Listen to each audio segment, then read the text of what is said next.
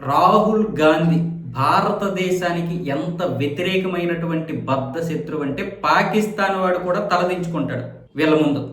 ఇంత దరిద్రుడు, ఇంత దౌర్భాగ్యుడు ఎవడైనా ఉన్నాడో అంటే అది రాహుల్ గాంధీ ఈ దేశంలో ఉన్నాడు.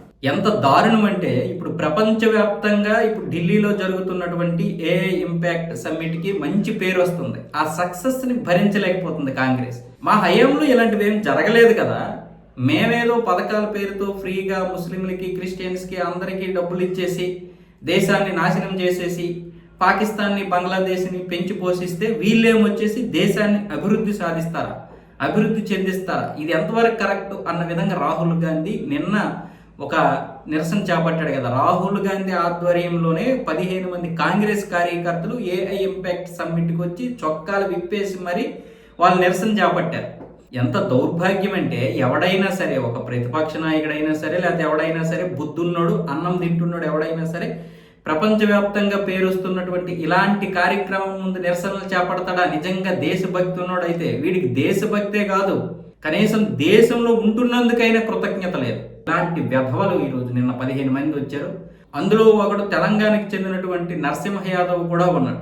వీళ్ళు ఎంత దారుణం అంటే చొక్కాలు విప్పేసి మరి భారత్ అమెరికా మధ్య జరిగినటువంటి ట్రేడ్ డీల్ గురించట వీళ్ళు నిరసనలు చేపడతారట ఈ వ్యధవలు.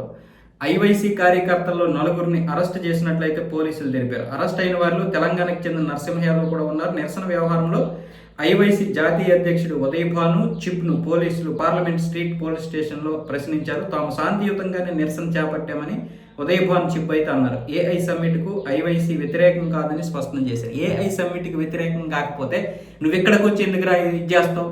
ప్రపంచవ్యాప్తంగా ఎంతోమంది అధ్యక్షులు, సీఈఓలు వస్తున్నారు, ఇక పెట్టుబడులు వస్తాయి. మనకి భారతదేశం అంటే ఏంటో ప్రపంచానికి తెలుస్తోంది.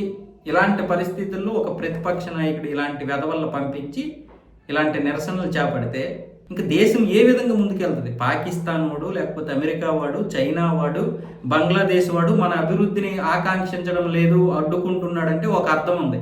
కానీ ఇక్కడ అన్నం తింటున్నటువంటి వెధవలు కూడా ఇదే విధంగా ప్రవర్తిస్తుంటే ఇంకా దేశం ఎప్పుడు ముందుకెళ్తుంది? ఈ కుహనా మేధావులు, ఈ చెత్త వెధవలే మరి అడగాలి మరి దాని గురించి. ఉంటారు కదా నోరేసి పడిపోయేటటువంటి కొంతమంది కుహనా మేధావులు. అరే మా వాళ్ళకి ఇది చేత కాలేదే, గత 60 సంవత్సరాలుగా ఇలాంటివి ఏమీ చేయలేదే, ఏమీ చేయలేకపోయామే అని ఇప్పుడు బీజేపీ చేస్తుందా, బీజేపీకి పేరు వచ్చేస్తుందా అని ఈ కుహనా మేధావులు, ఈ సోరోస్లో ఉన్నటువంటి వారందరూ కూడా ఇదే విధంగా బాధపడిపోతున్నారు.